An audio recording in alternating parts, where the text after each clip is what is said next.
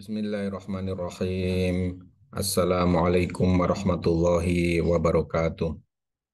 Alhamdulillahi rabbil alamin. Wassalatu wassalamu ala afdhali khalqih. Sayyidina wa maulana Muhammadin wa ala alihi wa sahbihi ajma'in. Amma ba'd.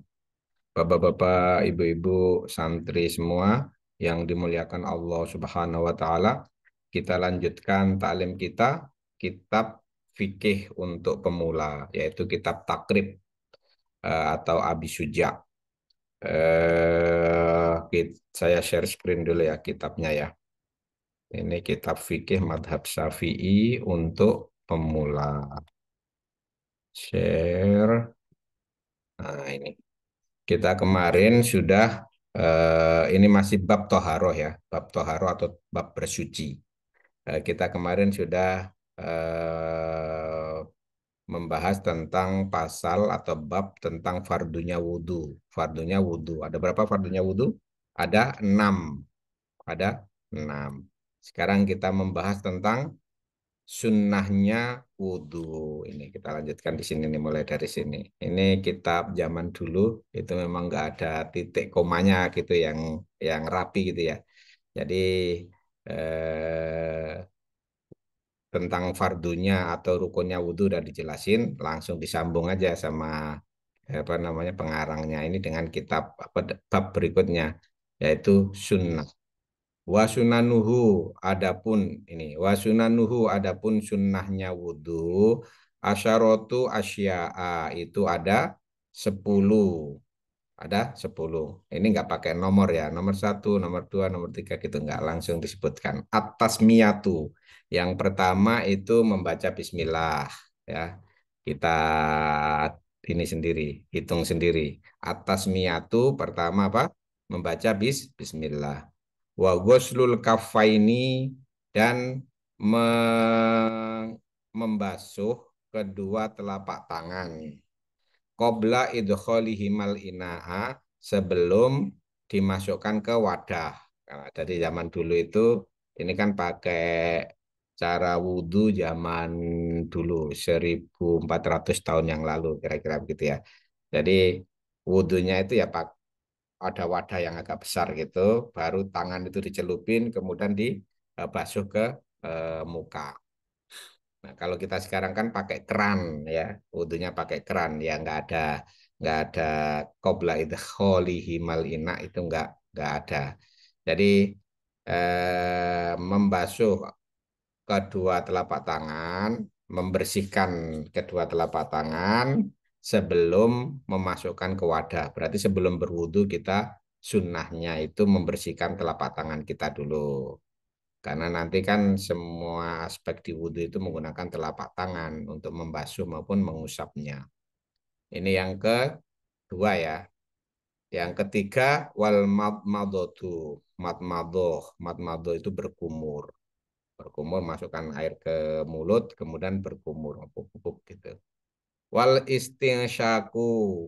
Satu, dua, tiga, empat. Yang keempat itu istinsyak atau memasukkan air ke dalam hidung kita kemudian dikeluarin lagi.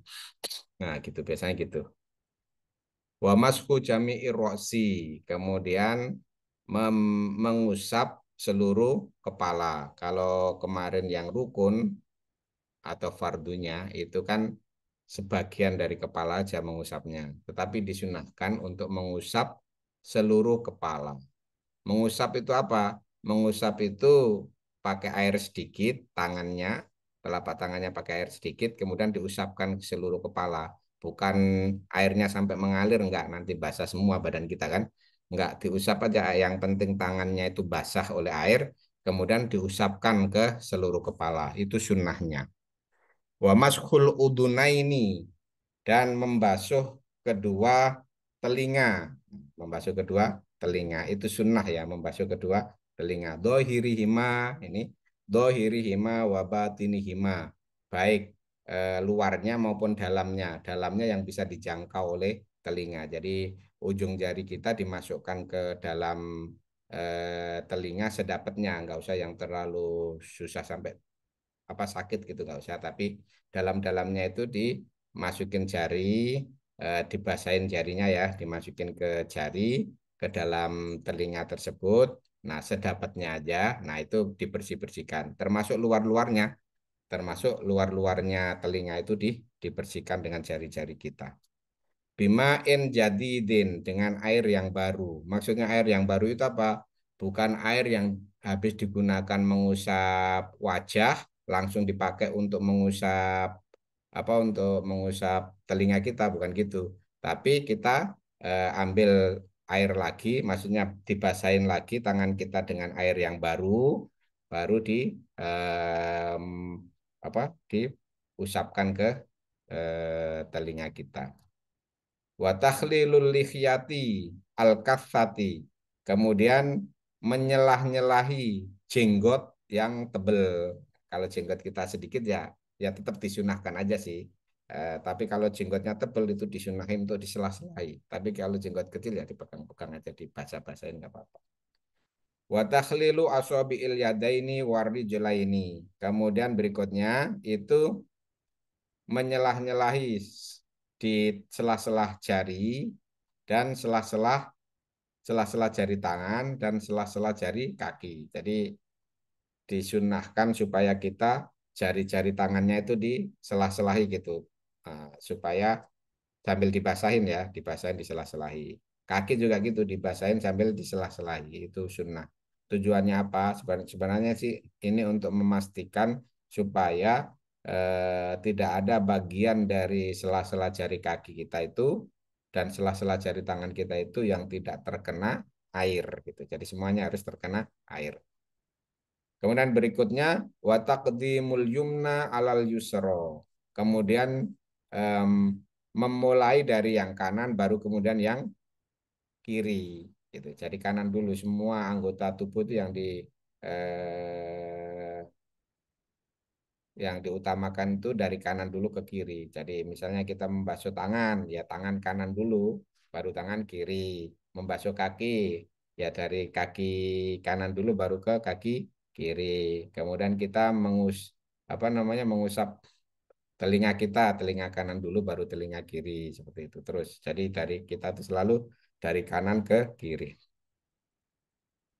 Waddoharotu salasan salasan. Kemudian mengerjakannya itu 3 kali 3 kali. Jadi membasuh muka 3 kali. Sebenarnya 1 kali sudah mencukupi secara rukun ya. Dari sisi rukun atau fardunya itu sudah cukup sekali-sekali semua. Membasuh kaki juga sekali, membasuh tangan tadi sekali, membasuh muka sekali, membasuh telinga sekali, mengusap ke kepala kita sekali itu sudah mencukupi secara rukun, sudah sah. Tetapi di dalam sunnah ditambahkan, maka 3 kali 3 kali itu afdol. Kita mengerjakan sunnahnya. Kemudian watoharotu salasan salasan itu tadi dilaksanakannya 3 kali 3 kali. Kemudian wal muwalatu dan bersegera. Bersegera itu apa? Bersegera itu gini. eh Misalnya seseorang wudhu, wudhu sudah membasuh muka ini. Setelah membasuh muka kan membasuh tangan ya. Nah, maka setelah membasuh muka, membasuh tangan itu sedapat mungkin itu dilanjutkan gitu. Jangan sampai begini, sudah membasuh muka karena di dapur ada yang perlu dimatiin, gitu kan? Kompornya misalnya matiin, datang ke kompor itu. Kemudian baru dilanjutkan dengan tangan. Ada tamu lagi yang harus dibukain pintu. Berangkat ke depan, bukain pintu. Baru dilanjutkan nanti sampai selesai ke kedua kaki begitu. Nah, itu yang sebenarnya tidak disunahkan. Meskipun ulama menyampaikan kalau ada yang model wudhu seperti itu bukan berarti wudhunya nggak sah. Wudhunya tetap dianggap sah sepanjang ketika mukanya dibasuh itu dia masih basah, baru dilanjutkan eh, ke tangannya. Tetapi kalau sudah kering ya harus dimulai lagi. Tetapi kadang-kadang untuk kondisi itu mungkin apply untuk kondisi tertentu ya. Tapi kalau untuk kondisi normal ya udah. Kalau memang sudah di disrupt dengan kondisi begitu, terganggu begitu untuk kita, karena ada tamu, ada kompor yang harus dimatiin, kita mulai lagi aja dari muka. Tapi ada kondisi tertentu mungkin yang air itu sangat terbatas gitu.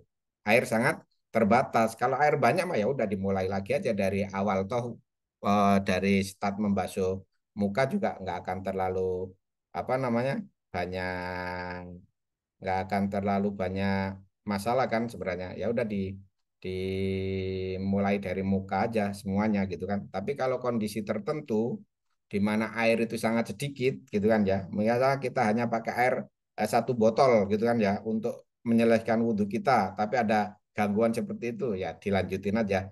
Kuncinya sepanjang eh, muka kita misalnya itu yang dibasuh itu masih basah, maka itu bisa dilanjutkan ke tahapan wudhu berikutnya, ke tangannya sampai nanti terakhir ke kakinya, misal gitu dilanjutin aja. Itu Bapak Ibu sekalian, eh, ini bab tentang wudhu. Jadi kita sudah menyelesaikan rukun wudhu pertemuan sebelumnya. Kemudian kita sekarang menyelesaikan sunnah-sunnah wudhu. Kadang ada pertanyaan, bagaimana dengan ketika membasuh tangan itu kan dari tangan ke ujung siku misal gitu. Maka dalam fikih itu baik di fardunya maupun di sunnahnya itu nggak ada masalah. Mau dimulai yang penting itu terbasuh dari jari-jari tangan, telapak tangan semua ini terbasuh tangannya itu dari ujung tangan sampai ke siku. Mulainya dari siku dulu ke tangan maupun dari tangan dulu ke siku itu nggak ada isu khusus sebenarnya dalam dalam sisi fikih. Kalau dalam sisi afdoliyat atau lebih baiknya segala macam ya silakan. Tapi untuk fardu dan sunnahnya nggak membicarakan hal seperti itu. Maka hal-hal ulama fikih itu hal-hal yang tidak terlalu signifikan dari sisi rukun dan sunnah gitu ya. Maka itu nggak usah terlampau dijadikan stressing gitu. Oh, itu harus tangannya harus dari sini dulu baru ke arah siku kan hadisnya begini bukan dalam fikih itu bukan bukan aspek seperti itu yang menjadi stressing. Yang menjadi stressing itu apa sih rukunnya gitu kan ya, apa sih fardunya. Fardu itu harus, kalau ada satu fardu yang hilang maka itu nggak sah wudhunya gitu. Itu fardunya kemarin kita udah bicarakan tentang fardu. Nah, kalau sunnahnya silahkan. Sunnahnya ini namanya sunnah dalam fikih itu sesuatu yang dikerjakan itu dia akan mendapatkan pahala ekstra kira-kira gitu. Kalau ada benefit ekstra kalau dilaksanakan. Kalau nggak dilaksanakan sunnah itu, ya tidak ada benefit ekstra, ada kerugian karena tidak melakukan benefit ekstranya tersebut gitu. Ada apa namanya opportunity yang hilang, bahasanya seperti itu. Maka sunnah itu sebaiknya dikerjakan dengan sempurna.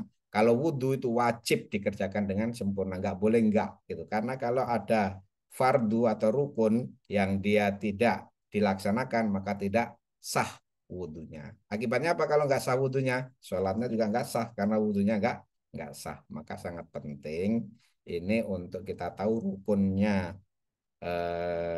atau fardu. Rukun itu sama dengan fardu ya kalau dalam bahasan fikih ini ya. Rukun atau fardu wudhu. Kemudian kita tahu sunnahnya wudhu. Sehingga kita tidak terjebak memperdebatkan hal-hal yang sebenarnya secara fikih tidak terlalu krusial gitu. Apalagi untuk menyalahkan orang gitu. Enggak. Yang penting dia sudah dapat rukunnya udah sah. Apalagi dia bisa mengerjakan sunnahnya. Kalau dia hanya mengerjakan sunnahnya 1 dari 10 sunnah tadi ya nggak apa-apa. Berarti dia dapat benefit 1 kan. Tambahan benefit 1.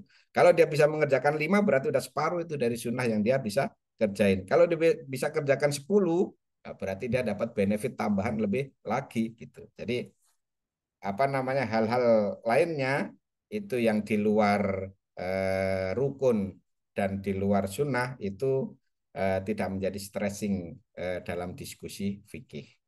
Demikian Bapak Ibu sekalian santri semuanya, semoga bermanfaat. Kita tutup dengan doa kifarul majelis. Subhanallah wa bihamdihi, subhanakallahumma wa bihamdika, asyhadu an la ilaha illa anta, astaghfiruka wa atubu ilaik. Assalamualaikum warahmatullahi wabarakatuh.